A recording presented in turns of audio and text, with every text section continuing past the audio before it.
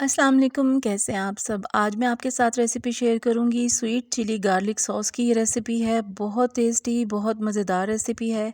इसको आप इंजॉय कर सकते हैं। घर में कोई भी चीज़ बनी हुई हो, पकोड़े हों, कचौरियाँ हों, या फिर बाहर से आप समोसे लाएं, घर में बनाएं, या फिर मोमोज़ वगैरह के साथ ये चटनी बहुत ही टेस्टी लगती है। जब आप इसे खाएंगे तो यकीन करें केचप को आप भूल जाएंगे। ये इतनी टेस्टी बन के तैयार होगी। झटपट और इजी रेसिपी है। तो चलिए इसे बनाना स्टार्ट करते हैं। यहाँ पैन में मैंने हाफ़ कप चीनी का लिया है और हाफ़ कप ही मैंने इसमें पानी का शामिल किया है। मैं हाफ़ कप की क्वांटिटी आपको दे रही हूँ। अगर आप चाहें तो इसे ज़्यादा भी बना सकते हैं और एक लंबे टाइम तक आप इसको फ्रिज में स्टोर भी करके रख सकते हैं।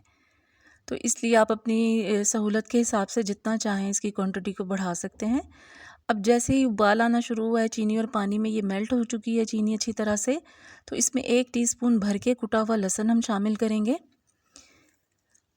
लहसुन को बिल्कुल बारीक पेस्ट नहीं बनाना, कुटा हुआ आपने इसको रखना है। और 3 टेबलस्पून इसमें हम चिली फ्लेक्स के शामिल करेंगे। तो बस इसको अच्छी तरह से पकाएंगे, मिक्स करेंगे इन सब चीज़ों को। बहुत आसान रेसिपी है और बहुत ही टेस्टी रेसिपी है। आपने इस रेसिपी को ज़रूर ट्राई करना है। तब जब तक ये चीज़ें पक रही हैं हमारी, तो यहाँ 1 टेबलस्पून कॉर्नफ्लोर है मेरे पास, मैं इसको घोल के एक साइड पे रख लूँगी।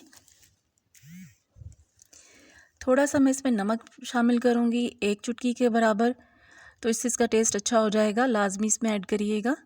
काला नमक हो वो भी ऐड कर सकते हैं, सादा नमक हो वो भी। मेरे पास पिंक सॉल्ट था, मैंने वो इसमें ऐड कर दिया है। तो नमक डालने के बाद भी इसको हम पकाएंगे थोड़ा सा। सब चीज़ों को पकाएंगे। तकरीबन 5 से 6 मिनट इसको हो गए हैं पकते हुए। तो अब यहाँ पे इसमें हम शामिल करेंगे आधा कप सिरका।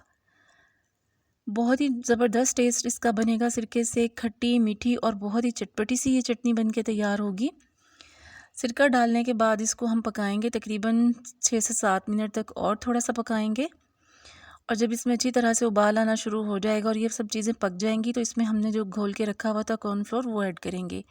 1 टेबलस्पून कॉर्नफ्लोर था, तो वो भी मैंने पूरा ऐड नहीं किया, इसलिए कि जब पकने के बाद भी ये थोड़ी थिक होगी और इसको हम ठंडा करेंगे रख के, तब भी ये थोड़ी थिक हो जाएगी।